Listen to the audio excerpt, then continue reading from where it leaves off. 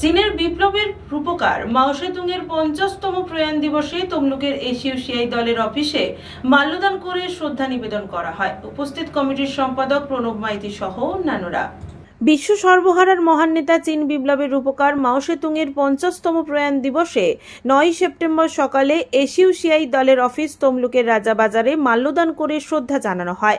মাল্যদান করে শ্রদ্ধার্ঘ্য নিবেদন করলেন এই দলের পূর্ব মেদিনীপুর জেলা উত্তর সাংগঠনিক কমিটির জেলা সম্পাদক প্রণব মাইতি, জেলা সম্পাদক মণ্ডলের সদস্য জ্ঞানানন্দ রায়, শিলা দাস, চিন্ময় ঘোড়ই, জেলাই কমিটির সদস্য লেখা রায়, মানিক মাইতি প্রমুখ। প্রভাতী এই সভায় মাও সেতুং রচিত লেখনী পাঠ করা হয় এবং আন্তর্জাতিক সঙ্গীত পরিবেশিত হয়। আপনারা জানেন, চীন বিপ্লবের রূপকার কমরেড মাও সেতুং, তার আজকে মৃত্যুদিন। 1976 সালের 9 সেপ্টেম্বর সারা বিশ্বের সাধারণ মানুষের লড়াইয়ের একজন সৈনিককে আমরা হারিয়েছি। তারই 50তম মৃত্যু দিবস আমাদের দল এসইউসিআই কমিউনিস্টের পক্ষ থেকে সারা ভারতবর্ষের বিভিন্ন প্রান্তে প্রান্তে এই দিনটিকে যথাযোগ্য মর্যাদার সহিত পালন করা হচ্ছে।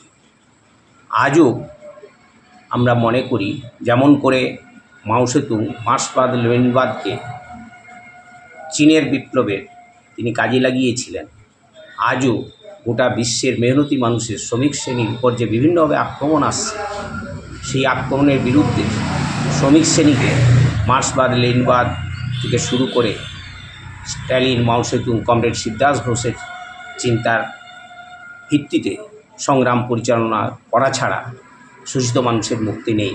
এই দৃষ্টিভঙ্গির ভিত্তিতে আমাদের দল কমরেড মাও সেতুংয়ের স্মরণ দিবস উদযাপন করছে। গোটা বিশ্বের যারা বুর্জোয়া শ্রেণী, পুঁজিপতি শ্রেণী, তারা আজকে মার্ক্সবাদী চিন্তাকে, এই সমস্ত মহান মানুষদের যারা মার্ক্সবাদ নিয়ে চর্চা করছেন, তাদের জীবনকে ভুলিয়ে দেওয়ার প্রচেষ্টা নিচ্ছে।